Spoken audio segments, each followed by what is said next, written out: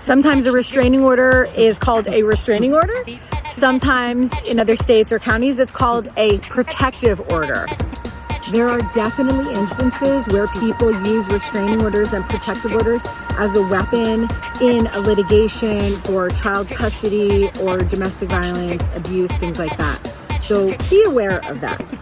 They are usually bona fide, but they are also a tool that people use in their own dysfunctional, unhealed, hurt relationships, and that is the reality. These orders are taken very seriously by the courts because they are about protecting you, especially in immediate, possibly urgent, dangerous circumstances. So the court takes them seriously, and so should you.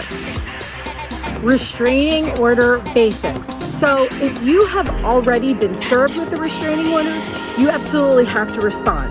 There is probably a phone number on the paperwork that you were served with, like for the court clerk. Call them. Like if you have no idea where this is coming from, then you should call and check on that. This is very state specific. Restraining orders are very, very, very state, even county specific. They're jurisdictional in nature, which means that depending on where you live and where you were served, those are the rules that are going to apply. So some counties and some states have like a temporary restraining order, an emergency that's automatic, it's 24 hours. Then it goes on to a hearing after maybe 24 hours or 48 hours. You go to a hearing. Then you have the opportunity to show up and tell the judge why you do not think this restraining order should be in place. And they can remove it, or they can order it to be a little more permanent.